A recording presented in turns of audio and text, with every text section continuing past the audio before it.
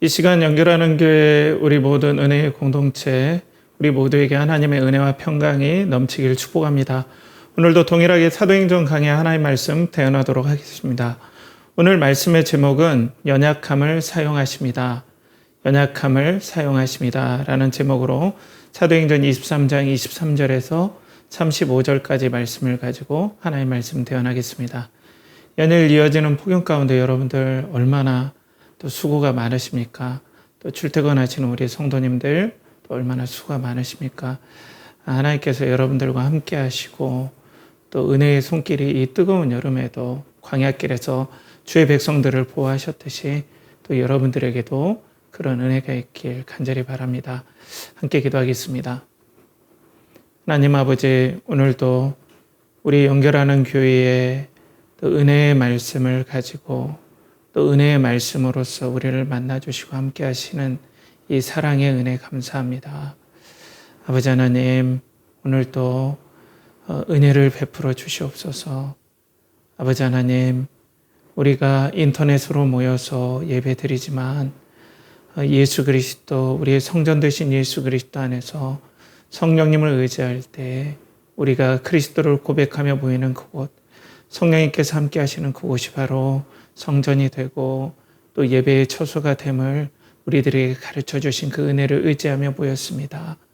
오늘도 우리들에게 믿음을 주시고 또 이 가운데 설교된 말씀을 통하여서 또 우리에게 말씀하시는 그 은혜들을 우리가 서로 누리며 하나님께 영광을 돌리고 또 힘을 얻고 또 믿음으로 살아갈 수 있는 힘과 격려를 받는 복된 시간 되게 하여 주시옵소서. 이를 간절히 의탁드립니다. 존귀하신 예수님의 이름으로 기도하옵나이다. 아멘. 우리는 지난주에 하나님께서 섭리하시는 목적이라는 제목으로 우리 하나님 말씀을 듣게 되었습니다. 하나님께서 결사대, 유대인들이 저주의 맹세를 하면서 40명이 결사대를 조직하여서 사도 바울을 죽이겠다. 그리고 또 사내들인 공의의 대제사장과 장로들이 공모하는 공권력까지 개입되는 그런 상황이 있을 때 하나님께서 우연하게 사도 바울의 생질, 그 누이의 아들을 통하여서 그 음모들이 발각이 되게 하게 하시고 그걸 천부장 루시아를 듣게 하여서 이 모든 것들이 무너지는 것들을 보게 되면서 하나님께서 우리의 삶을 섭리하시고 그 섭리하시는 모든 목적이 그리스도께로 인도하시는 그런 섭리가 있다라는 것들을 우리가 보게 되었죠. 이 시간 섭리하시는 하나님의 은혜가 여러분 가운데 풍성하게 임하길 축복합니다. 이 시간 우리 연결하는 교회 이 사랑의 공동체, 은혜의 공동체 안에 지금 하나님께서 설교된 말씀으로 우리들을 찾아가 주시고 또 말씀하고 계시는데 여러분들의 마음이 열리고 성령께서 여러분들에게 믿음을 주셔서 여러분들 마음속에서 예수 그리스도의 은혜가 풍성하게 일어나고 이 시간 말씀을 통해서 말씀해 주시는 하나님을 믿음으로 경험하는 복된 역사가 이 시간 일어나길 간절히 축복합니다. 자, 오늘도 동일하게 이제 그 연장선입니다. 그래서 이제 천부장 루시아가 이 공모를 듣고 난 다음에 액션을 취합니다. 그 액션을 취하는 모습들을 보면서 오늘도 동일하게 하나님의 섭리에 대해서 우리가 한번 보게 될 겁니다. 하나님께 섭리에 대해서 말씀하실 때 여러분들 귀를 기울이시고 또 하나님께서 섭리를 통해서 어떻게 사도 바울을 이끄시는지 어떻게 하나님께서 간섭하는지를 여러분들이 한번 보시길 바랍니다. 자, 오늘 첫 번째로는 하나님께서 로마의 군사 제도를 사용하여서 네가 반드시 예루살렘에서 나의 일을 증언한 것처럼 로마에서도 증언하여야 하리라 하신 그 말씀을 이루는 것들을 우리가 한번 보십시오. 자, 오늘 23절 24절 한번 같이 압독하겠습니다. 백부장 둘을 불러 이르되 밤 제3시에 가이사랴까지 갈 보병 200명과 기병 70명과 창병 200명을 준비하라 하고 또 바울을 태워 총독 벨릭스에게로 무사히 보내기 위하여 짐승을 준비하라 명하여. 자, 보면은 로마의 군사 제도를 활용하는 거예요. 아마 그 당시에 로마 군의 주둔 병력, 안토니아 요새 성전 근처에서 그 안토니아 요새에 주둔하는 그 15보조 대대라고 하는데 그 명칭이 맞는지는 잘 모르겠습니다. 그렇지만은 이 보조 대대라는 그 안토니아 요새의 그 군인들이 한 800명 정도가 상주했었다고 고고학 자료에서는 그렇게 나와요. 그러면 오늘 800명 내지 600명 정도가 상주했었다고 그럽니다. 그런데 오늘 가는 병사들은 470명이에요. 그러니까 600명으로 상정하면은 약 주둔지의 병력의 80% 가까이를 절반 이상, 많게는 80% 가까이를 빼서 지금 누구를 이송하는데 병력들을 투입합니까? 사도 바울을. 그리고 사도 바울은 걸어서 안 가요. 오늘 짐승 탈 것, 아마 나귀 같은 그런 짐승 탈 것들을 태우는 거예요. 자, 그러니까 지금 하나님께서 그 사내들인과 그리고 40명의 결사대의 그 공모를 발각하고 난 다음에 사도 바울을 안전하게 가이사라까지 이송하는데, 또 로마까지 가는데 섭리하는데, 로마의 군사제도, 얼마나 로마의 군사제도가 참 탁월해요. 탁월합니다. 그러니까 그 지중해 근역들을 다 제패했던 것 같아요. 그 로마의 자랑인 군사제도, 창병, 기병, 말 타는 사람들, 보병, 로마의 자랑인 보병 아닙니까? 이 보병들을 데리고 470명이 호위를 하면서 그 밤에 떠납니다. 제3시는 9시예요. 저녁 9시. 저녁 9시에 감시가 소홀한 틈을 타서 이제 비밀리에 이 작전들을 수행하는 거죠. 자, 이렇게 하나님께 군사 제도를 사용하는 것들을 여러분들 한번 눈여겨보시기 바랍니다. 여기에 하나님의 손길이 보입니까? 전혀 보이지 않아요. 그냥 로마 군사 제도, 천부장 루시아가 자기 로마 시민권을 가진 사람을 그냥 가이사랴에 있는 총독이 있는 곳으로 그냥 보내는 거예요. 이게 행정 절차예요. 자, 그리고 25, 26절 말씀 함께 압독해 보겠습니다. 또 이 아래와 같이 편지하니 일렀을 때 글라우디오 루시아는 총독 펠릭스 가깝게 문안하나이다. 편지를 썼죠. 편지라고 하면 우리 느낌에 개인적인 사담을 나누는 편지라고 생각하겠지만 안 그렇습니다. 이 편지는 사실상 공문서예요. 공문서. 그러니까 이 하급 관리자가, 하급 공무원이 상급 공무원한테 지금 이런 상황으로 이렇게 이 사도 바울을 그곳으로 이송합니다라는 공문서 형식인 거예요, 지금.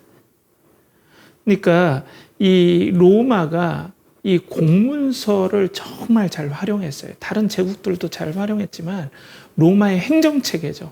로마의 법체계, 행정체계는 너무나 탁월해요. 왜냐하면 이런 행정체계를 하는 것은 로마의 법체계 때문에 그리고 또 이 행정체계의 일환인 시민권자들을 보호하기 위해서는 이런 상황들, 적절한 항소 절차들을 거쳐야 되고 보호해줘야 되고 이런 모든 것들이 다 갖춰져야 되는 거죠. 그러니까 지금 로마 하나님께서 이 사도 바울을 지금 로마까지 인도하는 데 있어서 하나님께서 로마의 행정과 사법 제도를 이용하시죠. 자, 보십시오. 여기에 하나님의 손길이 드러났습니까? 어떤 기적적인 역사가 일어났습니까? 아니에요. 그냥 이걸 우리는 평범한 거예요. 평범하게 로마의 통치 안에 일어나는 건데 하나님의 그 권능의 손이 여기에서 역사하셔서 지금 어디로? 사도 바울을 로마로 인도하시고 있다는 사실들을 여러분들이 보셔야 됩니다. 이 하나님의 말씀을 통해서 한번 보세요. 이렇게 우리의 삶 가운데 역사하시는 이 로마의 제도를 활용하시고 그리고 로마의 군사 제도를 활용하시듯이 우리의 삶 가운데서 우리의 삶의 제도와 그리고 우리의 삶의 행정 체계를 통하여서 하나님께서 우리의 삶을 관여하시고 우리의 삶을 이끌어 가시는 그 보이지 않는 하나님의 손길을 지금 우리가 느껴봐야 된다는 거예요. 하나님께서 여러분들에게 다가가셔서 여러 가지 생각들이 나고 또 여러 가지 마음속에 어떤 깨달음이 있기를 간절히 바랍니다. 그 다음에 보면은 자 27절에서 29절 말씀도 합독해 보겠습니다. 이 사람이 유대인들에게 잡혀 죽게 된 것을 내가 로마 사람인 줄 들어 알고 군대를 거느리고 가서 구원하여다가 유대인들이 무슨 일로 그를 고발하는지 알고자 하여 그들의 공회로 데리고 내려갔더니 고발하는 것이 그들의 율법 문제에 관한 것뿐이요 한 가지도 죽이거나 결박할 사유가 없음을 발견하였나이다.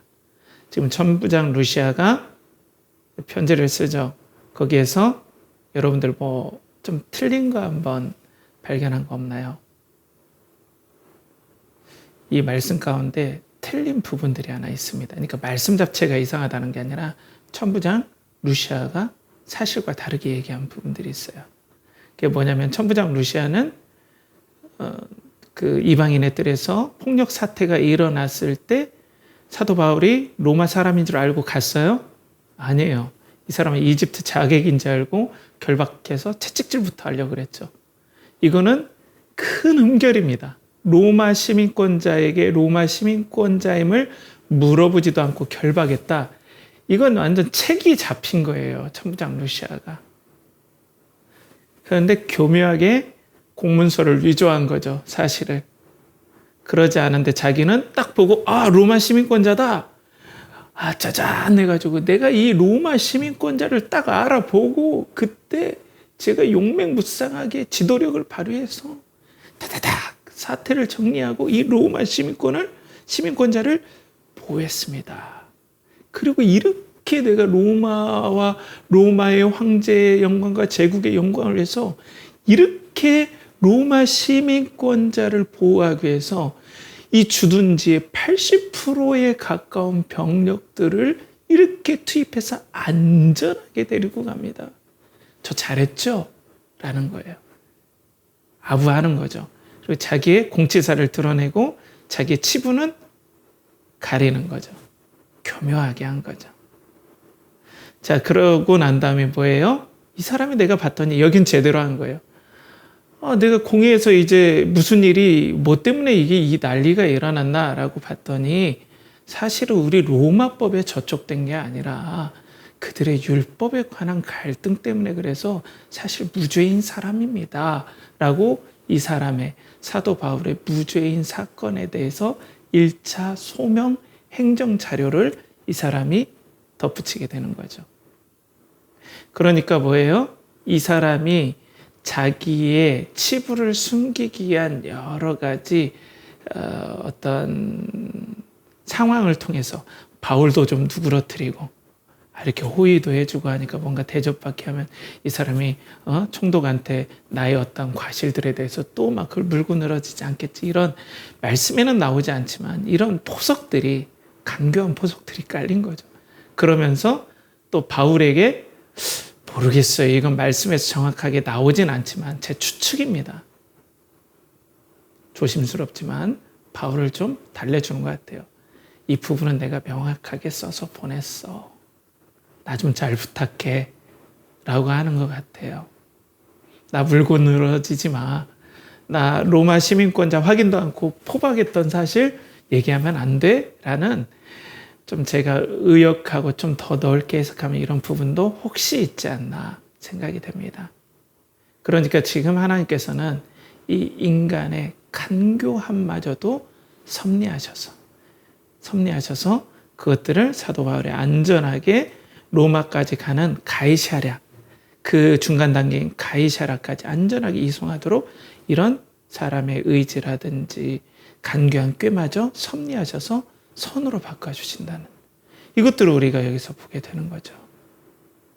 여러분들에게 간교하게 행하는 사람들이 있습니까, 여러분? 여러분 주변의 인간관계의 그 간교함을 여러분들 느껴본 적이 있습니까? 하나님의 섭리 안에 있다라는 것이 이렇게 놀라운 겁니다. 그 섭리의 은혜가 아니면 우린 좌절할 거예요. 두려울 거예요. 무서울 겁니다. 하지만 하나님께서 이 모든 인간관계를 섭리하셔서 우리를 지금 그리스도께로 우리를 인도해 가시죠. 하나님의 이 천지를 다스리시는 이 하나님을 한번 느껴보십시오. 이 하나님께서 우리들에게 말씀하고 계시는 겁니다. 내가 지금 섭리하고 있다. 라고 우리들에게 말씀하시는 이 말씀을 성령님을 통해서 여러분 한번 들어보십시오. 그리고 난 다음에 자, 오늘 31절, 32절 말씀 함께 합독하겠습니다. 보병이 명을 받은 대로 밤에 바울을 데리고 안디바드리에 이르러 이튿날 기병으로 바울을 호송하게 하고 영내로 돌아가니라. 자, 우리 한번 지도를 볼까요?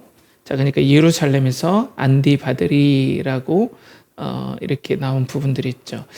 이게 이제 제가 지도를 보고 고고 자료를 보는데 잘 이렇게 정확하진 않아서 대략 이렇게 한번 보는 거예요. 한 60km 가까이 되지 않나 이렇게 조심스럽게 봐져요.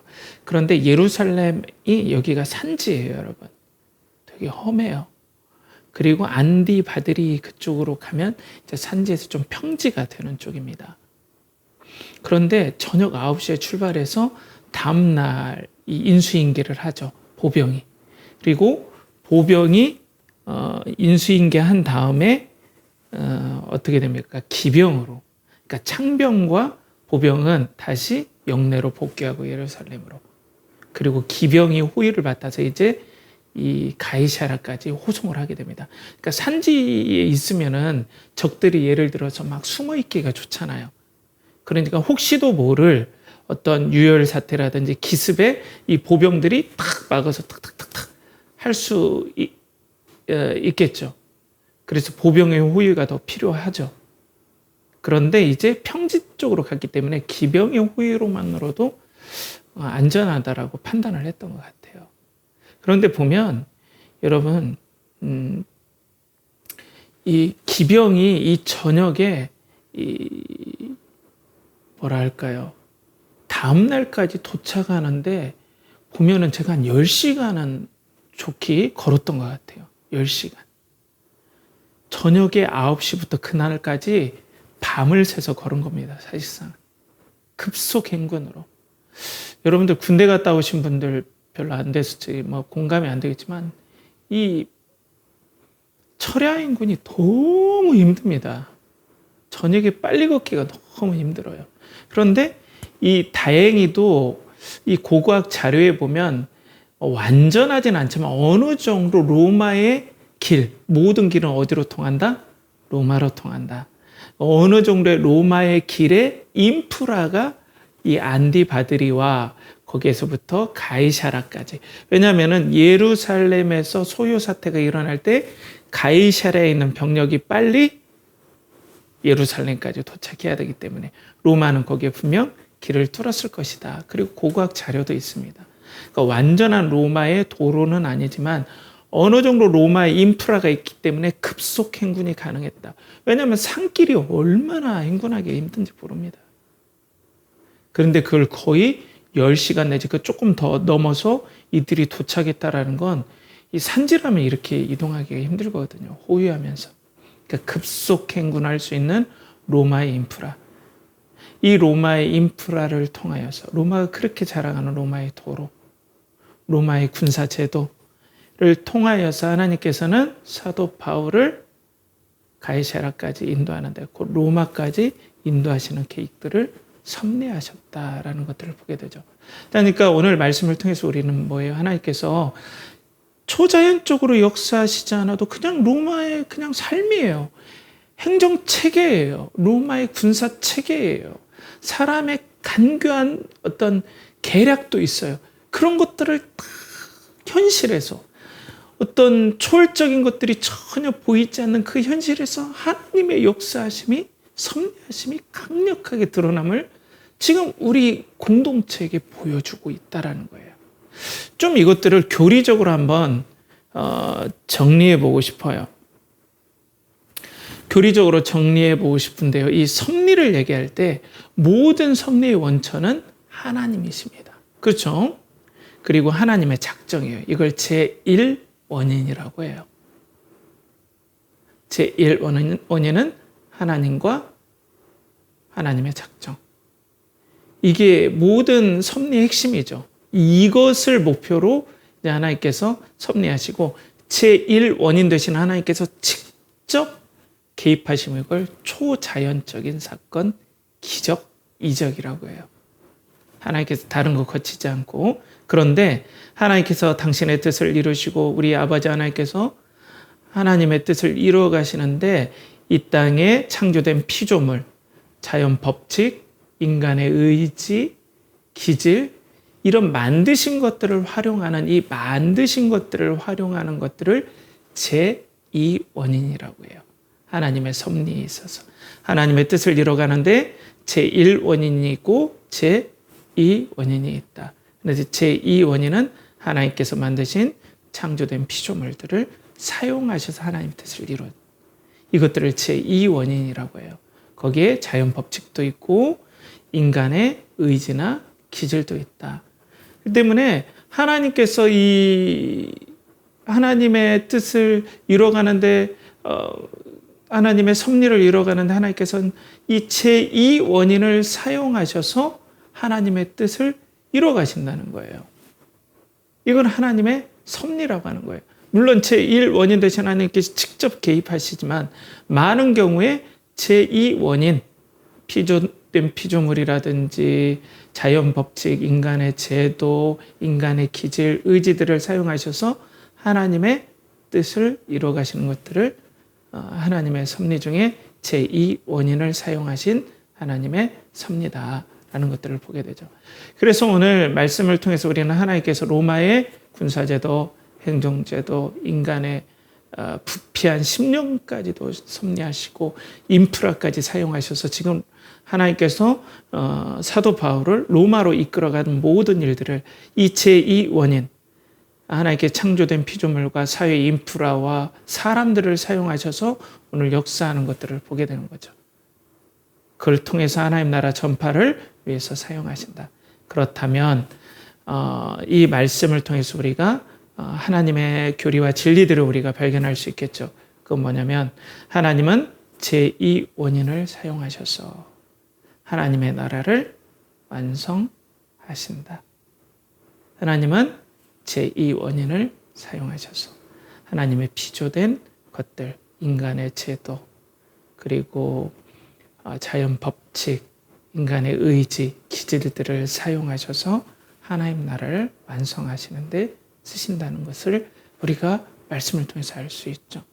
그러니까 하나님께서 오늘 우리들에게 내가 초자연적으로도 역사할 뿐 아니라 이 땅의 제도, 그리고 피조된 어떤 자연들, 그리고 인간의 의지, 기질을 다 사용해서 나의 뜻을 이뤄간다라고 우리들에게 말씀하시는 거예요.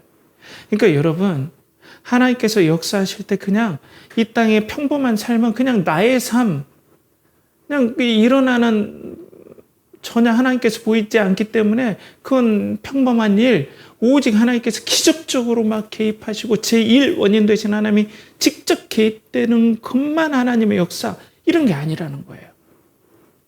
그러면 이걸 우리 공동체에 한번 적용해 봐요. 조금 더 좁혀서. 그건 뭐냐면 우리의 연약함도 섭리하셔서 그리스도를 만나게 하십니다. 하나님께서는 하나님의 나라를 확장하시고 또 사람들을 구원하시는 그런 모든 일에 우리의 여러분들의 연약함을 사용하시겠다라고 말씀하시는 거예요. 그리고 그걸 사용하시고 섭리하셔서 그리스도를 만나게 해주신다.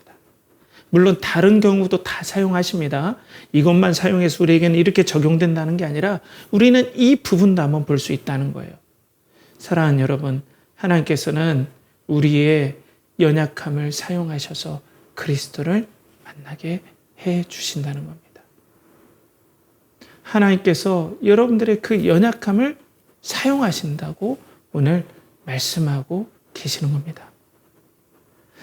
자, 그런데 이 연약함, 나의 기질, 연약한 나의 기질, 그리고 나의 체질, 이런 게 강점이면 좋아요. 나의 기질이 너무나 강력해. 너무나 좋아요.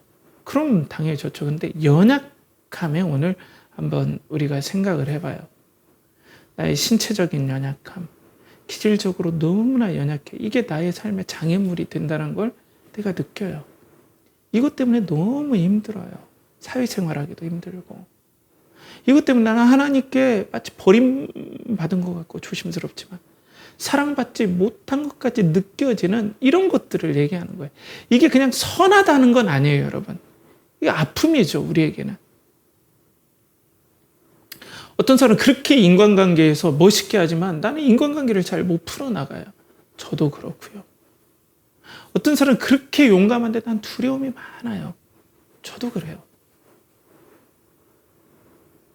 어떤 사람은 그렇게 똑똑하고 시세를 잘 읽고 제가 일론 머스크 많이 얘기하지만 일론 머스크 막 그리고 또 젠슨 황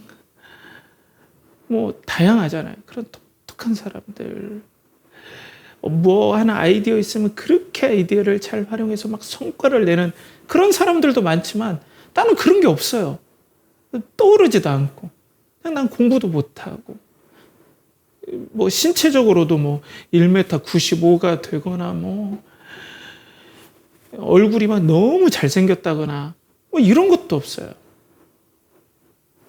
그런데 하나님께서는 우리의 육체라든지 심리적인 연약함이라든지 예민함이라든지 겁많음이라든지 의심이 많다든지 다혈질이라든지 아니면은 건강의 문제라든지 이런 것들을 다 섭리하시겠다고 오늘 우리들에게 말씀하고 있다는 겁니다. 하나님께서 이 모든 것들을 섭리하시지 않음이 없다. 그렇다면 여러분들의 그 가진 연약함들을 하나님께서는 섭리하실 수밖에 없고 섭리하시겠다고 지금 우리 공동체 가운데 하나님의 이 말씀을 통해서 우리에게 말씀하고 있는 거예요. 우리는 그게 너무 싫었어요. 그런데 그게 하나님의 손 안에 있다고 우리들에게 하나님께서 말씀하고 있는 것입니다. 여러분, 얼마나 이게 우리들을 힘들게 합니까? 이걸 보면 우리가 소망이 사라지지 않습니까? 두렵지 않습니까? 이 연약한 기질들 얼마나 우리들을 어렵게 해요. 그런데 우리가 성경에서 보면은 성경에서도 얼마나 연약한 사람들이 많습니까? 야곱도 연약하죠. 아주 못됐죠. 그런데 그 사람을 섭리하셔서 하나님 나라 확장하는 데 쓰세요. 야곱을 쓰세요. 야곱을 보면 얄미울 때가 많아요. 그런데 그 야곱을 닮은 요셉도 얄미워요. 제가 얄밉다고 훌륭하신 분들을 제가 좀 해서 그렇습니다만 그대로 어렸을 때를 얘기를 하는 겁니다. 요셉은 아빠한테 사랑을 받는 그걸 가지고 아주 못되게 행동했어요. 형들의 어떤 치부들에 대해서 아빠한테 다 일러가지고 고자질해가지고 형들을 난처하게 하고 그러니까 형들이 이 요셉을 향해서 이 보통 미워하는 정도를 더 넘어서 할 정도로 그러니까 죽일 각오를 할 정도로 그렇게 요셉은 천방지축이었고 철이 없는 거죠. 어떻게 보면 그런 요셉으로 인해서 그가 자기의 기질 때문에 연약함 때문에 형들과 트러블이 있고 꿈 얘기를 막 함부로 하고 누가 좋아해요 그걸. 자기는 알고 있지. 그래서 자기는 이 기질 때문에 애굽으로 팔려가죠. 죽을 뻔했죠. 감옥에 갇혔죠. 감옥에서도 또 사람들한테 배신당하고 노예 생활을 하고 그런데 이게 결국에는 하나님 나라 공동체를 안전하게 그 기근으로부터 보호하는데 하나님께서 사용하시는 하나의 도구가 됐죠. 그러면 그의 기질도 하나님께 사용하셨다는 거죠. 그거 말고 유다도 그렇고 다윗도 그렇고 심지어 오늘 바울도 그렇죠. 바울이 여러분 기억나세요? 바나바와 싸워가지고 갈라진 사건. 그걸 하나님께 섭리하셔서 이제 2차, 3차 전도로 이어가시죠. 이게 좋다는 건 아닙니다. 섭리하셨다는 거예요. 자, 그런데 이 연약함이 현실적으로 보면 너무 힘들다는 거예요. 너무 힘들어요. 너무 고통스럽게 해요. 어떤 사람은 막 타고난 의지의 소유자들이 있잖아요. 이것도 기질이거든요. 물론 성도들에게도 그런 훌륭한 분들이 있지만 대부분은 그런 기질이 없어요. 또는 쉽게 포기해요. 그러니까 이것들이 우리 삶의 발목을 잡죠. 가정으로부터 내려온 그 가문으로부터 내려오는 어떤 기질들이 있어요. 연약한 기질들. 그것이 계속해서 우리의 삶을 태클 걸고 방해해요. 어떤 하나님께 순종하고 싶어도 그게 계속해서 우리의 발목을 잡을 때가 많아요. 실제적으로 고통을 줘요. 인간관계에서도 고통을 줘요. 우리가 타고난 연약한 체질도 있어요. 이게 고통을 줘요. 부모님께 받은 어쩔 수 없어요. 유전적으로 연약한 체질. 그러니까 이것만 생각하면 답이 없어요, 여러분. 너무나 힘듭니다. 그런데 여기에 우리 공동체에게 오늘 내가 이걸 섭리하마. 여러분, 우리 거룩하신 아버지 하나님께서 두세 사람이 내 이름으로 모인 곳에 나도 그들 중에 있느니라 말씀하셨던 우리 아버지 하나님께서 성령님을 통하여서 이 공동체에 말씀하시는데, 그 거룩하신 하나님께서 제가 어떤 것들을 지어낸 것이 아니라 오늘 말씀을 통해서 우리가 이 말씀의 원리들을 붙잡고 하나님의 뜻을, 연약함을 섭리하신다는 걸 우리가 소중히 붙잡고 지금 말씀을 서로 나누고 듣고 있지 않습니까? 그 존귀하신 아버지 하나님께서 오늘 이 연약함을 내가 붙잡고 있다, 섭리하고 있다, 그리스도께로 인도하마 하시는 이 자애로우시고 이 진실하시고 사랑 많으시고 인자와 진실이 무궁하신 이 하나님의 이 함께 하신 그 음성을 들어보십시오. 얼마나 여기에서 우리가 소망이 있습니까? 이렇게 나를 찌르고 고통스럽게 하는 것들이 결국에는 합력하여 선을 이루신데, 그 선을 이루신 하나님께서 완전하시고 지혜로우시다는 거예요. 자, 그렇기 때문에 오늘 하나님께서는 이 바울이란 사람의 이 기질, 연약함, 또 바울 주변의 환경을 사용하셔서 하나님께서 바울을 계속해서 하나님 나라 확장하는데 쓰시고, 특별히 제2원인 로마의 제도, 그리고 군사제도 다 사용하시는 거죠. 그것뿐 아니라 바울이 어떻게 예수 그리스도를 만났습니까? 이건 조금 묵상이 필요하고 조심스럽지만 바울이 엄청 열정적인 것 여러분들 기억나시죠? 로마에서 예루살렘에서 주의 교회를 핍박하고 성도들을 가두고 죽이는데 앞장섰죠. 그렇죠? 그리고 어디까지 가요? 다메섹까지 갑니다. 그런데 이 바울 내면에는 뭐냐면은 이들을 놔두면 나의 안전에 위협이 생긴다라는 이 깊은 뿌리가 있어요. 바울이 생각하기에는 이들이 율법을 존중하지 않고 성전을 존중하지 않으면은 부정한 것들이 이 예루살렘과 유대 공동체에 임하면 부정한 것을 거룩하신 하나님께서 싫어하기 때문에 하나님의 임재가 떠나면 우리의 안전에 엄청난 위협이 생긴다. 때문에 이 위협의 핵심, 이 고름덩어리들, 그가 생각하게 이 문제덩어리들을 솎아내지 않으면 우리 공동체가 죽는다라는 불안감이 이 안에 있다는 거예요. 사도 바울이 그런 것 때문에 더 열심을 냈을 이유도 우리가 묵상해 볼 수 있습니다. 그러니까 불안함이죠. 예민함이죠. 이런 모든 것들을 사용하셔서 아기등등하게 갔는데 다메섹 도상에서 어떻게 됩니까? 예수님을 만나게 됩니다. 근데 이 사람이 예수님을 만나고 어떻게 돼요? 이 동일한 열심과 열정이 전도 여행을 통해서 펼쳐지는 것들을 보게 돼요. 하나님께서 그 사람의 제2원인 기질과 환경들을 사용하시는 걸 보게 되죠. 자, 그렇기 때문에 사랑하는 여러분, 우리 먼저 성도 여러분, 여러분들이 지금 겪는 어려움들이 있습니까? 그리고 직장에서 어려움들이 있습니까? 현재 일어나는 어려움들이 있습니까? 이걸 하나님께서 지금 섭리하고 계십니다. 내가 섭리하고 있다라고 하시는 하나님의 음성 앞에 서 보십시오. 그냥 일어나는 사건 없습니다. 하나님께서 섭리하시며 우리를 그리스도께로 인도하고 있다는 거죠. 여러분들의 연약함을 우리 주 예수 그리스도께서는 소중히 여겨주십니다. 우리의 연약함을 동정하십니다. 너무나 진실하게 보듬어 주십니다. 자, 그러면 문제는 항상 그랬듯이 우리 믿지 않는 자녀들이에요.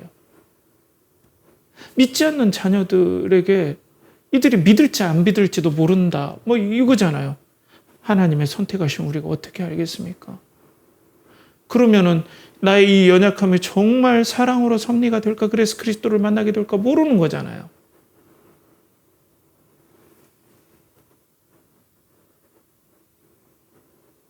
어떻게 우리가 긍정할 수 있습니까? 아니, 예수 그리스도를 믿는 사람들에게는 이렇게 섭리하셔서 이렇게 아름답게 되지만 예수님을 믿지도 않고 은혜의 공동체 안에 말씀을 듣는 은혜도 있고 저번 주에 얘기했던 것처럼 프리미어 리그에 가고 싶은데 모든 좋은 혜택들이 다 있는 곳에 있는 건 알아요. 근데 내가 그렇게 될지는 어떻게 하냐? 이런 식으로 생각이 빠질 수 있죠.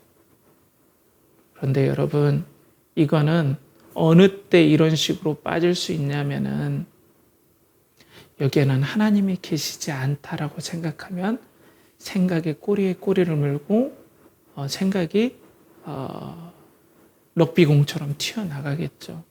그렇지만 두세 사람이 내 이름으로 모인 곳에는 나도 그들 중에 있느니라. 하나님께서 이 공동체에 설교된 말씀으로 다가오시고 또 이 설교된 말씀으로 우리에게 말씀하고 있다라는 하나님의 존전 앞에 서면 이건 달라집니다.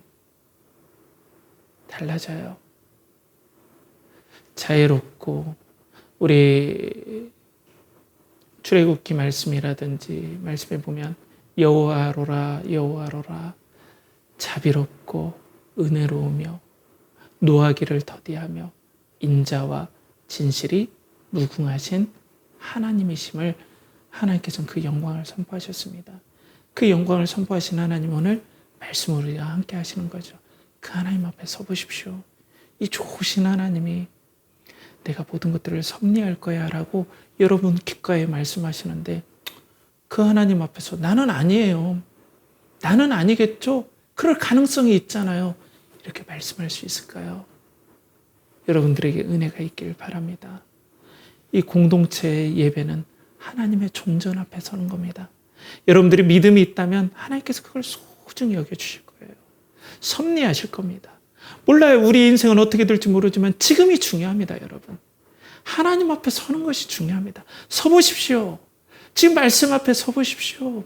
하나님께서 우리 공동체의 말씀으로 말씀하시고 임재하신다고 약속하신 그 믿음으로 우리 공동체는 서 있습니다. 그렇다면 여러분들의 연약함을 이 하나님 앞에 서보십시오. 그 연약함을 가지고 서보십시오. 그것들을 섭리하시겠다고 오늘 다가가시는 하나님의 손길을 느껴보십시오. 그러면 이 좋으신 하나님, 자유로우신 하나님, 은혜로우신 하나님께서 그걸 섭리하겠다고 말씀하시는데 우리가 마치 문둥병자가 원하시면 저를 고쳐줄 수 있습니다. 자유로우신 예수님 앞에 원하신다면. 그렇죠. 예수님께서 원하실 수도 있고 안 원하실 수도 있죠. 그런데 예수님 앞에서 원하신다면 자유로우신 예수님 앞에, 사랑이 많으신 예수님 앞에 저를 고쳐주실 수 있습니다. 하니까 예수님께서 손을 대면서 내가 원하노니.